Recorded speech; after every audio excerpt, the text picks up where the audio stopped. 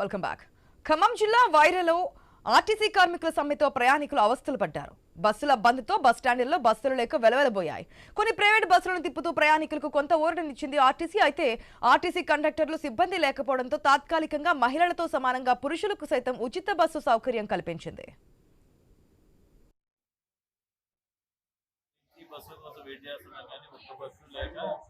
ఇబ్బంది పడుతున్నాం. ఏదైనా వస్తుందేమో వెళ్దామని వెయిట్ చేస్తున్నాం బస్ స్టాండ్. తెలియట్లేదండి, మరి ఎప్పుడైతే ఇది అర్థం కావట్లేదు. ఏమో ఈ రకమైన ఇబ్బంది ఉంది, బాగా ప్రయాణం చేయడానికి ఇబ్బంది పడుతున్నాం.